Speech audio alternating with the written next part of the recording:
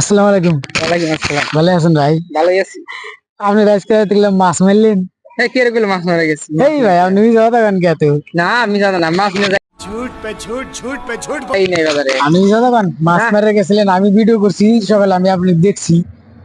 তার মানে মাছ মাইরা বেচছি, কি কমু কো বেরি চাই না, শরম করে ইল্লা কথা বলছি। ভাই আপনি শরম করে কে? শরম করবো না, মাছ ছাড়ছি 3 জনে 5,000 টাকার মাছ। এই মাছ আজকে বেচছি হিসে, এই মাছ বেচছি 2300 টাকা। তাহলে ইল্লা কথা মানুষ কত, মানুষ তো বিশ্বাসই করবো না, 2300 টাকার মাছ বেচছি। তার জন্যই করলাম যে মাছ মারিনি। তাহলে ভাই আপনারা না লস খেয়ে গেলেন কে পুরা? রোজ মানে একবার পুটকি মারা খাইছি, একবার পুটকি মারা খাইছি, 28 পুটকি মারা খাইছি। আবার পুটকি মারা জানি কি খানা আগে। रुको जरा सबर करो। बोला धक्का मुक्की नहीं करने का, आराम से लेने का। हाँ এত ভাগরে ব্যবসা করলি কে বাবু?